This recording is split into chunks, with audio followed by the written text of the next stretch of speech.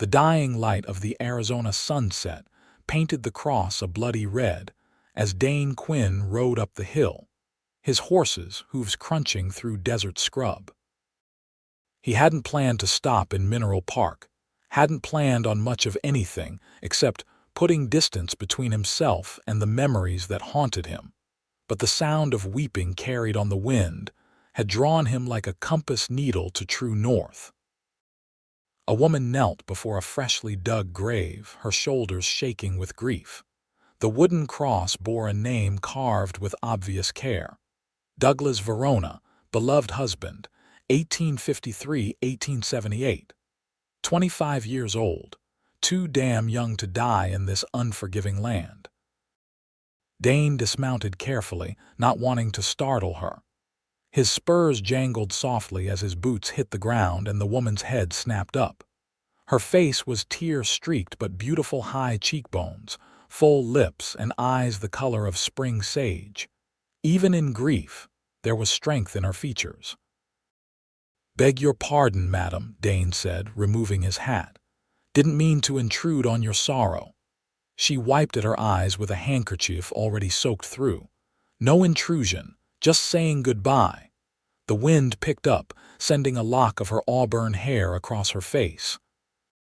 She tucked it behind her ear with a trembling hand. Dane noticed the wedding band glinting in the fading light. "My name's Dane Quinn," he offered, keeping a respectful distance. "Dahlia Verona," she replied, her voice barely audible above the whisper of the wind through the scrub grass.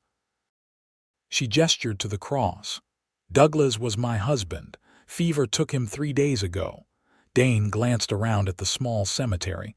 5 other crosses dotted the hillside, all recently erected. Seems like the fever's taken more than its share in these parts. 12 in the last month. 6 buried here, the rest in the town cemetery. Her voice cracked. "Doctor says it might be typhoid. Water's gone bad at the south end of town." Dane looked down at the town of Mineral Park, nestled in the valley below. From this height, it looked peaceful, a collection of wooden buildings, a church steeple rising above the rest, the faint glow of lamplight beginning to flicker in windows. But he knew appearances were deceptive. Death had visited this place, and recently. Dahlia's shoulders began to shake again as fresh tears fell. "I don't know what I'm going to do. The ranch, the debts. I have nothing left." Something stirred in Dane's chest, a feeling he'd thought long buried under years of drifting. He'd seen too much death in his 30 years, had dug too many graves himself. Before he could think better of it, he found himself speaking words that would forever alter the course of his life. "Mrs. Verona, I can't bring back what you've lost," he said, his voice low and earnest. "But I swear to you, no more graves will be dug in this town if I have anything to say about it." She looked up at him, surprise cutting through her grief. "You don't even know me, Mr. Quinn. Why would you make such a promise?" Dane didn't have an answer that made sense, even to himself. All he knew was that something about this woman's sorrow had reached into a place inside him he'd thought long dead. "Sometimes a man just knows when it's time to stop running and stand his ground," he said finally. "If you'll allow it, I'd like to help." As the last light faded from the sky, Dahlia Verona nodded, a tiny spark of hope kindling in her eyes. Neither of them knew it then, but that moment on the hillside marked the beginning of something neither had been looking for but both desperately needed. Dane offered his hand, helping Dahlia to her feet. As they descended the hill toward town, the stars began to appear overhead, pinpricks of light in the vast darkness, just like the small flame of possibility that had ignited between them. The boarding house on the edge of Mineral Park was a 2-story wooden structure that had seen better days.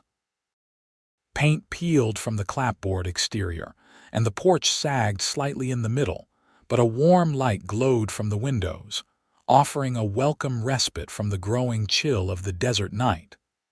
"I've been staying here since Douglas fell ill," Dahlia explained as they approached. Our ranch is about 5 miles outside town. I couldn't manage the trip back and forth while caring for him. Dane tied his horse to the hitching post. Does the town have a sheriff? Someone looking into the water situation, Sheriff Holloway, Dahlia said with a slight frown. Well, he means well, but he's more concerned with keeping order in the saloons than investigating the fever. The front door of the boarding house opened before they reached it, spilling golden lamplight onto the porch. A stout woman with iron-gray hair pulled back in a severe bun stood framed in the doorway, her hands on her hips. "Mrs. Verona, I was getting worried. It's not safe for a woman alone after dark." Her sharp eyes took in Dane, assessing him from hat to spurs. "And who might this be, Mrs. Thornton? This is Mr. Dane Quinn," Dahlia said. He helped me at the cemetery." The older woman's expression softened slightly.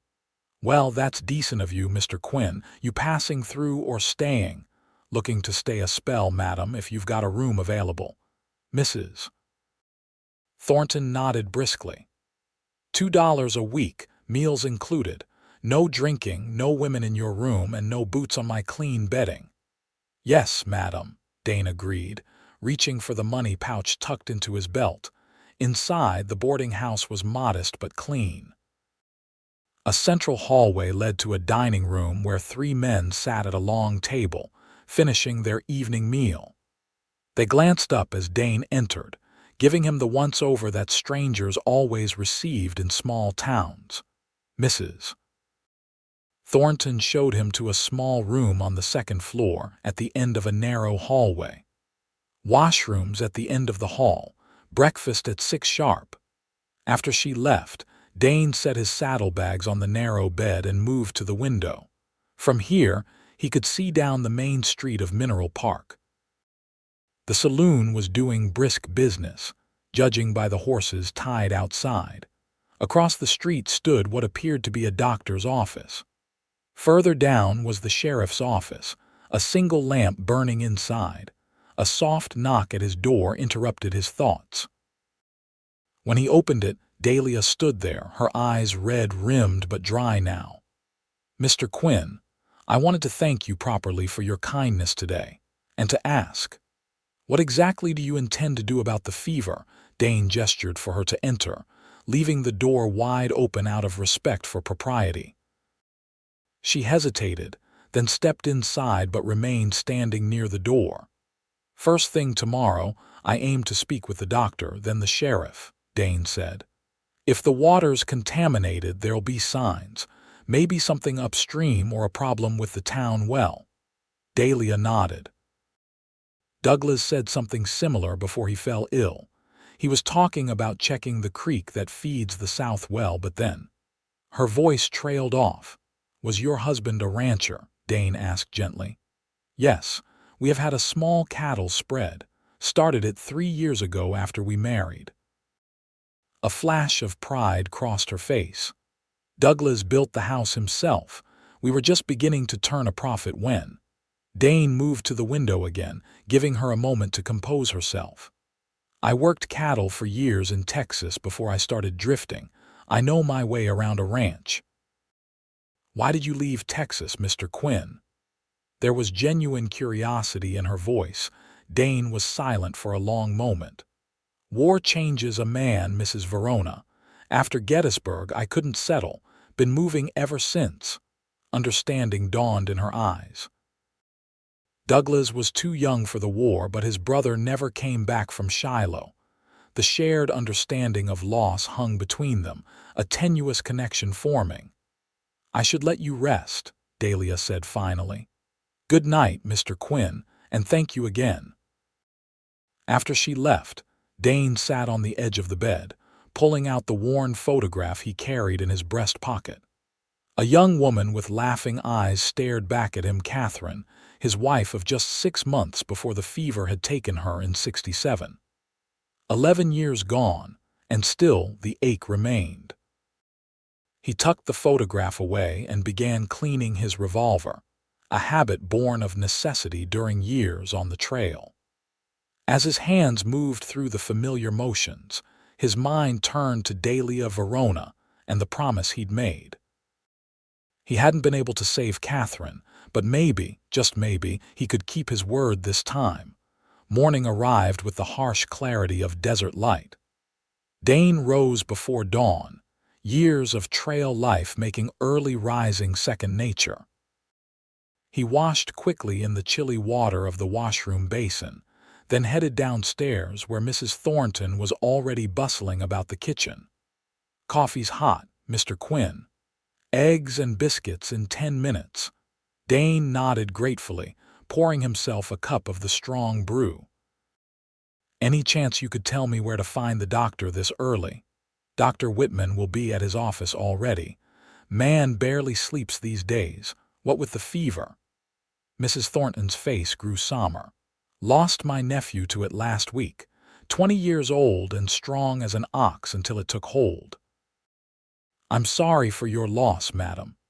She acknowledged this with a nod, then turned back to her stove. "You best be careful investigating this business, Mr. Quinn.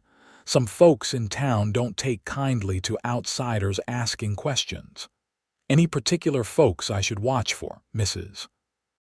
Thornton hesitated, then lowered her voice despite the empty dining room. "Edward Kine owns the mining company and half the businesses in town. His brother Victor is on the town council. They've been dismissing concerns about the water, saying it's just a natural occurrence, nothing to do with the mine operations." Dane filed this information away. "And the sheriff? Holloway does what the Kine brothers tell him to, more or less. Not a bad man, just flexible in his principles." By the time Delia joined them for breakfast, Dane had a clearer picture of the town dynamics. She looked slightly better this morning, though grief still shadowed her eyes. She wore a simple dark dress, her hair tied back neatly. "I'll be going to the ranch today," she told Dane as they ate. "There are animals to tend to, and I need to collect some of Douglas's things. I'd be happy to accompany you, Mrs. Verona, after I speak with the doctor." Gratitude flickered across her face. "That's very kind, but I can manage. Our foreman, Jeb, has been looking after things. I'll be safe enough." Dane respected her independence but couldn't help feeling concerned. "At least let me ride out later to make sure you've arrived safely." She considered this, then nodded. "That would be appreciated, Mr. Quinn." After breakfast, Dane made his way to Dr. Whitman's office. The morning sun was already hot, promising another scorching day. Mineral Park was showing signs of life. Storekeepers opening their doors, a wagon loaded with supplies rumbling down the main street, miners heading toward the hills to the north. The doctor's office was a small building with a weathered shingle hanging outside. Through the window, Dane could see a gray-haired man in shirt sleeves bent over a desk, writing in a ledger. A small bell jangled as Dane entered. Dr. Whitman looked up, fatigue evident in the deep lines of his face. "Can I help you?" he asked, setting down his pen. "Name's Dane Quinn. I'm looking into the fever that's been afflicting the town." Wariness replaced the doctor's tired expression. "Are you with the Territorial Health Office?" "No, sir, just a concerned citizen, doctor." Whitman's laugh was without humor. "Citizen, you've been in town all of what, a day?" "I made a promise to Mrs. Verona that no more graves would be dug," Dane said simply. The doctor's expression softened. "Poor woman, Douglas was a good man." He gestured to a chair. "Sit down, Mr. Quinn. Though I warn you, I've been battling this fever for weeks with little progress." For the next half hour, Dr. Whitman detailed what he knew. 12 dead, another 8 currently ill. All had drunk water from the south well or the creek that fed it. Symptoms consistent with typhoid, high fever, abdominal pain, rose-colored spots on the torso. "I've told the town council we need to shut down that well completely, but Edward Kine insists it would cause unnecessary panic." Meanwhile, people keep dying. Could something from the mine be contaminating the water? Dane asked. Dr. Whitman's eyes narrowed. You catch on quick. The South Creek runs past the Kine Mining Company's new processing facility. I've suggested there might be a connection, but without proof. And no one's investigated. Sheriff Holloway rode out once, said he couldn't see anything amiss. The Kines claim the processing only uses mechanical separation, no chemicals that could pollute the water. Dane stood. I appreciate the information, Doctor. I think it's time I spoke with the sheriff. Dr. Whitman snorted. Good luck with that. Holloway's spine dissolved years ago when the Kines started paying his salary under the table. The sheriff's office was 3 buildings down. Inside, a man with an impressive mustache and an expanding waistline sat behind a desk, reading a newspaper. He looked up as Dane entered, assessing him with the practiced eye of a lawman. Something I can help you with, mister. Dane introduced himself, explaining his interest in the fever outbreak. Sheriff Holloway's expression hardened. With all due respect, this is a local matter. We don't need drifters stirring up trouble. 12 dead folks seems like trouble already stirred, Dane replied evenly. The sheriff set down his newspaper and stood. Despite his paunch, he was a tall man, nearly eye to eye with Dane's 6-foot frame. Listen carefully. Mineral Park is a peaceful town. The fever is unfortunate, but Dr. Whitman has it under control. The town council is handling the situation. By ignoring it, Holloway's face flushed. You do well to watch your mouth, Quinn. I don't know what Mrs. Verona's told you, but grief can make folks say all sorts of things.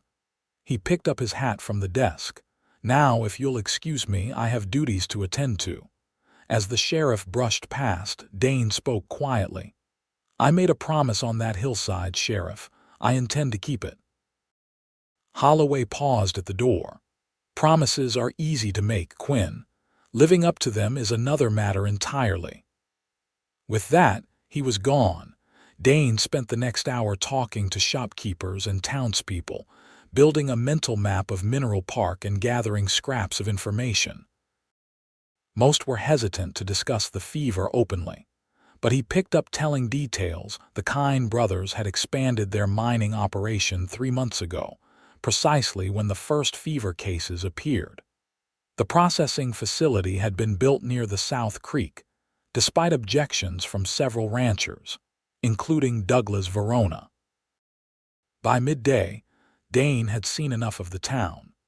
He collected his horse from the boarding house stable and rode south, following directions Mrs. Thornton had given him to the Verona ranch.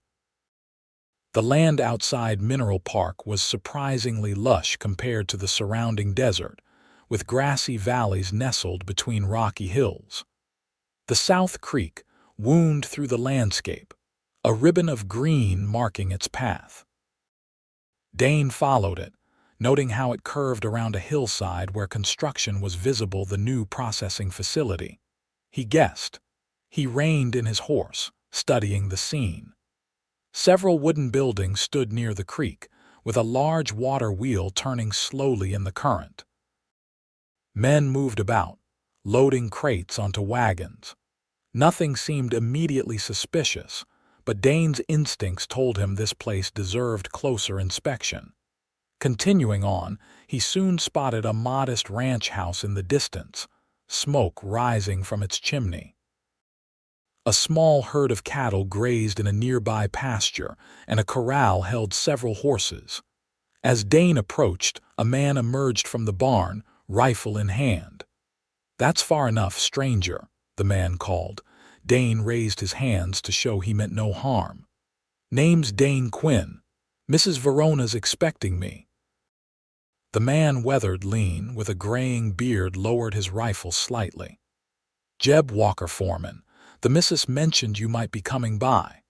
At that moment, Dahlia appeared at the door of the house. Seeing Dane, she waved and walked toward him. She changed into practical ranch clothes, a simple blouse and split riding skirt, and somehow looked both vulnerable and determined. "Mr. Quinn, you made it. I see you've met Jeb." The foreman nodded curtly, still eyeing Dane with suspicion. "If you'll excuse me, madam, I need to finish mending that fence in the south pasture." After Jeb left, Dahlia invited Dane into the house. It was simple but comfortable, with homemade furniture and colorful woven rugs. Pictures hung on the walls Dahlia, and a smiling young man Dane assumed was Douglas on their wedding day. A family portrait with older folks who might be parents. A landscape painting of the ranch. "Douglas built all the furniture," Dahlia said, noticing Dane's admiring glance at a finely crafted dining table. "He had a real talent for woodworking." "It's beautiful work," Dane agreed. "You have a fine place here." Dahlia's smile held a touch of sadness. "We worked hard for it." Douglas had such plans. She trailed off, then visibly gathered herself. "Did you learn anything in town?" Dane shared what he'd discovered, watching her expression darken when he mentioned the mining company. "Douglas was fighting them from the beginning," she said, anger flashing in her eyes. "He argued against the processing facility at every town meeting, said it was too close to the water supply. And no one listened. The Kine brothers have most of the town council in their pocket. Money talks louder than concern for public safety, it seems." She moved to a window, looking out toward the distant hills. 2 weeks before he got sick, Douglas rode out to the facility at night. He said he saw them dumping something into the creek, barrels of some kind of waste. He confronted Edward Kine the next day. "What happened?" "Edward called him a liar, threatened to ruin us if Douglas spread malicious rumors. A week later, the fever started." Her voice broke slightly. 3 days after that, Douglas was showing symptoms. The implications hung in the air between them. Dane joined her at the window. "Mrs. Verona Dahlia, if what you're saying is true, this goes beyond negligence." "It's murder," she said simply, turning to face him. "They killed my husband and 11 others as surely as if they'd used a gun." The fierce conviction in her voice stirred something in Dane: admiration for her courage, and something deeper he wasn't ready to examine. "I need to see this facility for myself," he said. "Tonight after dark." Alarm flashed across her face. "The Kines have armed guards. It's too dangerous." "I've faced worse odds." He didn't elaborate on the experiences that made this true. "Then I'm coming with you," Dahlia declared. "I know the area better than you do, and there's a hidden approach Douglas discovered." Dane shook his head. "It's too risky." "My husband died because of them, Mr. Quinn." Her green eyes blazed with determination. "I have every right to be there when you find the proof." He recognized the stubborn set of her jaw and knew arguing would be futile. "All right, but you stay out of sight, and if I tell you to run, you run. No questions." They spent the afternoon planning. Jeb, once convinced of Dane's intentions, provided valuable information about the facility's layout and routines. The foreman had his own suspicions about the Kines, but had kept them quiet out of loyalty to Dahlia's wishes. "The missus wanted to be careful, gather evidence proper like," Jeb explained. "Douglas was the same way, wanted to do things legal." As evening approached, Dane felt a growing tension. Not just from the risks ahead, but from the increasing awareness of Dahlia herself, her intelligence, her resilience, the quiet dignity with which she carried her grief. He found himself watching her when she wasn't looking, noting the graceful way she moved, the determined set of her shoulders. They ate a simple dinner together, during which Dahlia shared stories of her life with Douglas, how they'd met at a church social in Prescott, their dreams for the ranch, the children they'd hoped to have someday. There was love in those stories, but also closure, as if speaking them aloud helped her accept that chapter of her life was ending. Night fell, bringing the cool relief typical of desert evenings. Dane checked his revolver and the knife in his boot. Dahlia appeared dressed in dark clothing, her hair tucked beneath a hat. "Ready?" she asked, a tremor of nervous energy in her voice. Dane nodded, ignoring the voice in his head telling him this was foolhardy. "Let's find out what the kinds are hiding." They rode out under a moonless sky, the stars providing just enough light to follow the trail. Dahlia led the way confidently, taking them on a circuitous route that avoided the main approaches to the processing facility. After nearly an hour, they dismounted in a small copse of trees and continued on foot. "The back of the facility is just over this ridge," Dahlia whispered. "There's a storage area where they keep barrels. That's where Douglas saw them loading waste." They crept forward, staying low. From their vantage point on the ridge, they could see the facility below. Despite the late hour, lanterns burned in several windows, and 2 guards patrolled the perimeter. "They're working late," Dane murmured. "They often do." Douglas said it was because they didn't want too many people seeing their operation in full swing. Dane studied the layout. The largest building housed what appeared to be the main processing equipment. Beside it stood a smaller structure where wagons were being loaded with crates. Behind both was a fenced area containing dozens of barrels. "There," Dahlia whispered, pointing to a small group of men emerging from the main building. "That's Edward Quinn in the black coat." Dane watched as a tall, well-dressed man directed workers loading barrels onto a wagon. Even from a distance, there was an air of authority about him. "We need to get closer," Dane said. "See what's in those barrels." They worked their way down the ridge, using the scattered vegetation for cover. The night was quiet except for the distant sound of the water wheel and the occasional call of a night bird. When they reached the bottom, they paused behind a large boulder, assessing their next move. One of the guards had disappeared around the far side of the building. The other was lighting a cigarette, his back to them. Dane gestured for Dahlia to stay put, then moved silently toward the barrel storage area. Years of hunting and tracking served him well as he slipped from shadow to shadow. When he reached the fence, he found a gap just wide enough to squeeze through. The barrels were stacked 3 high in places, creating a maze of shadows. Dane moved to the nearest barrel, finding it sealed tight. A label on the side read "Mining Chemicals Caution." The next one was the same. He continued searching until he found one that had been opened, its lid sitting loose. Carefully, he lifted the lid and peered inside. A strong, acrid smell made him recoil. Even in the dim light, he could see the barrel contained a thick, oily liquid. He replaced the lid and continued his exploration, finding a stack of empty barrels near the creek side of the fence. These told the real story. Their interiors were stained with the same substance, and they were positioned near a crude drainage channel that led directly to the creek. Dane followed the channel, confirming his suspicions when he saw it emptied into the water. He was about to return to Dahlia when voices approached. Quickly, he ducked behind a stack of barrels. "Need to move up the timeline," Edward Quinn was saying.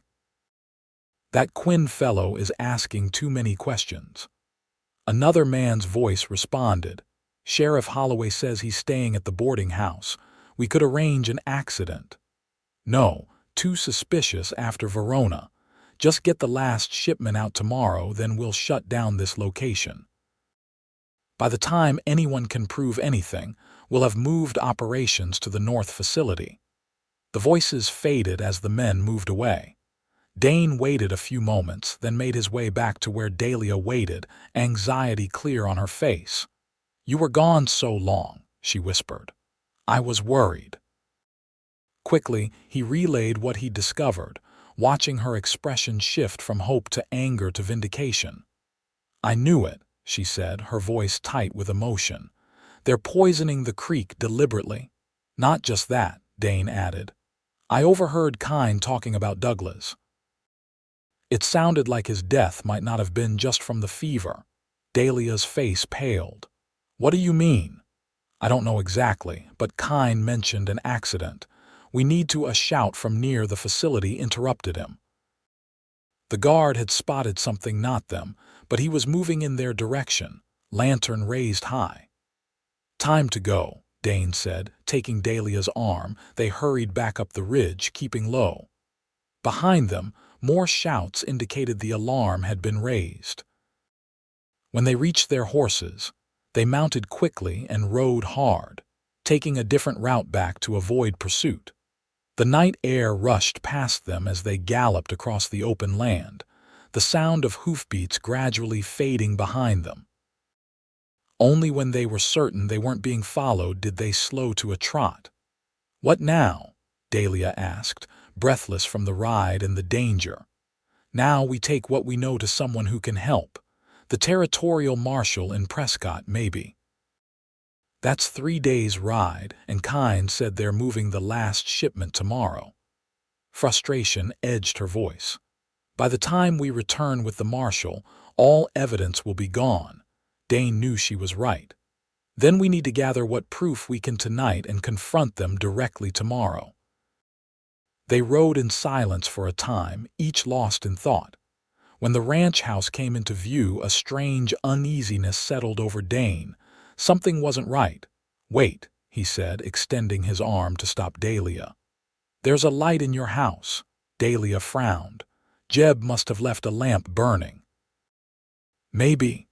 But Dane's instincts were screaming danger. "Stay here." He dismounted and approached the house cautiously, drawing his revolver. As he neared the porch, the door opened suddenly, spilling light onto the yard. Sheriff Holloway stepped out, his own gun drawn. "That's far enough, Quinn," he called. "You're under arrest for trespassing on Kine Mining Company property." Dane held his position, gun steady. "Funny how fast word travels, Sheriff. Almost like you knew where we'd be." More men emerged from the house. Edward Kine, his face a mask of cold anger, and 2 others Dane didn't recognize, both armed.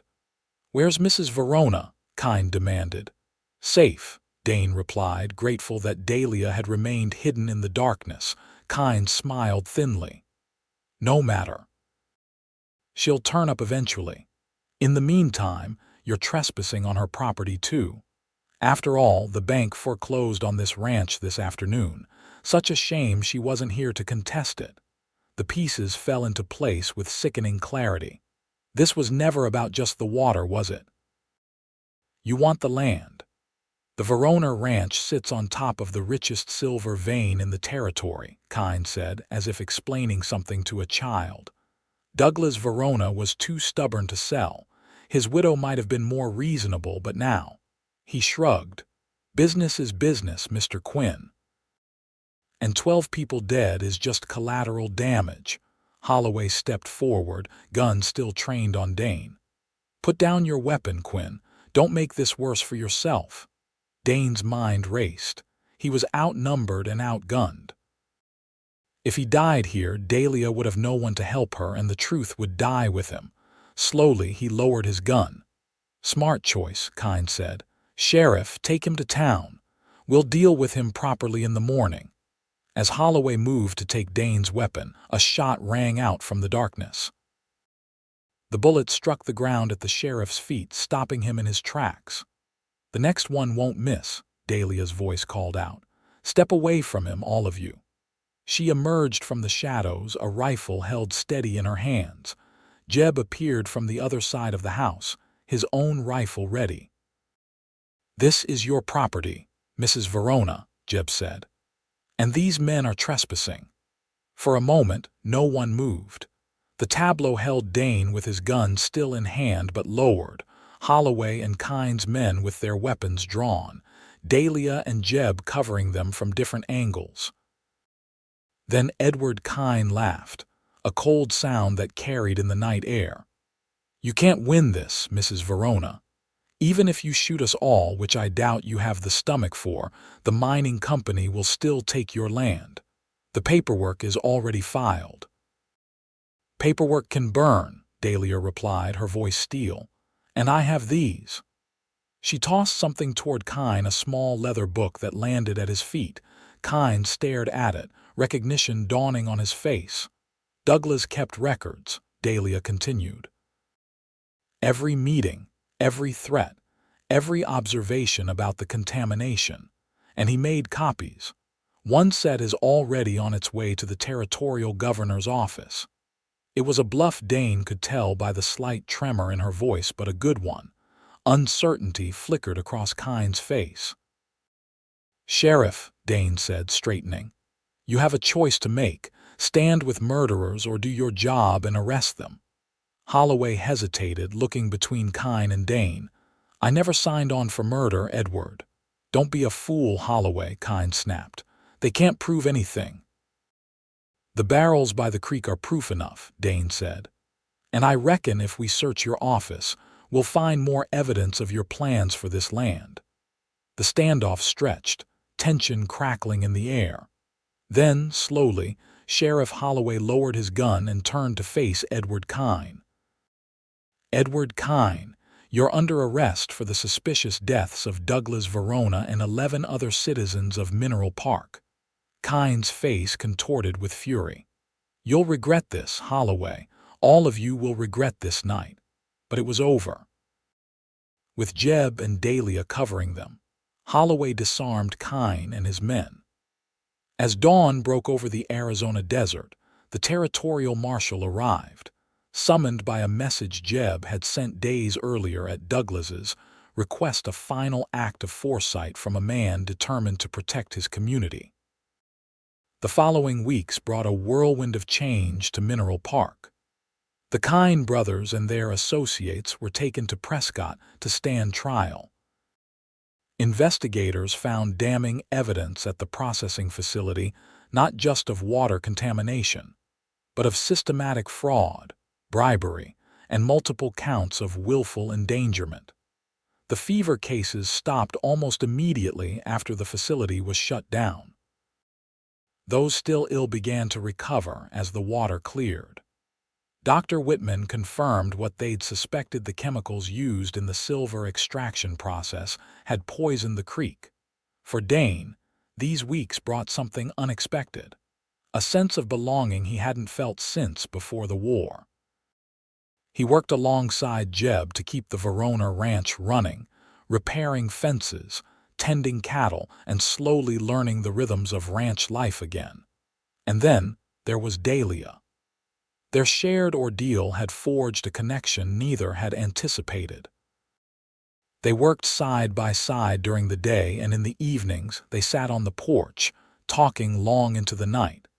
He told her about Catherine, about the war, about the years of drifting. She spoke of her life with Douglas, her childhood in Missouri, her dreams for the future. Gradually, something shifted between them. Glances held a moment longer than necessary. Hands brushed with increasing frequency. Neither spoke of it directly, both conscious of the shadow of grief that still lingered. One evening, a month after the confrontation with Kine, they rode to the hillside cemetery. Douglas's cross stood as before, but now fresh wildflowers decorated the grave, and the surrounding area had been cleared of weeds.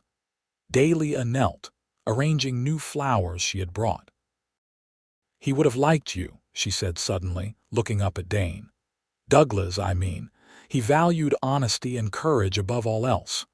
Dane removed his hat, feeling a strange mixture of honor and awkwardness at being discussed with her dead husband. He sounds like a good man. He was.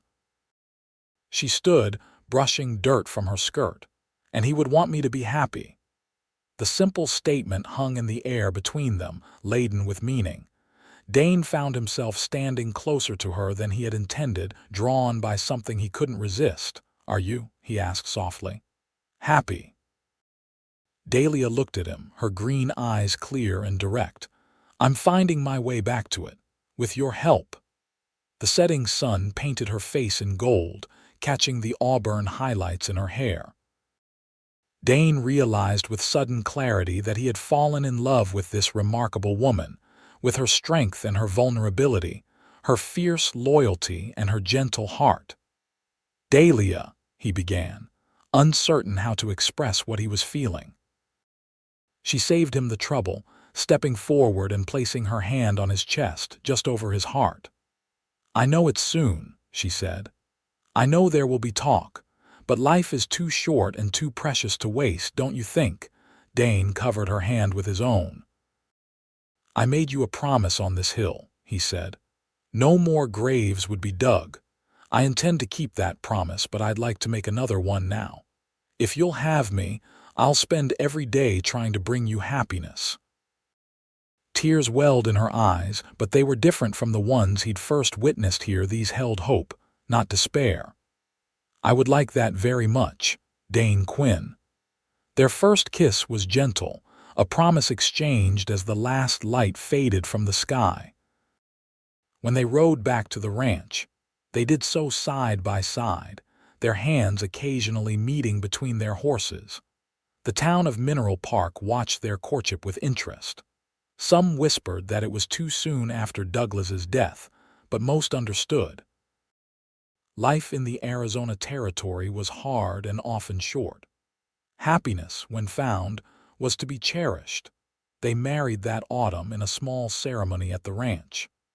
Dr. Whitman officiated, Jeb stood as witness, and Mrs. Thornton provided a feast that had the guests talking for weeks afterward.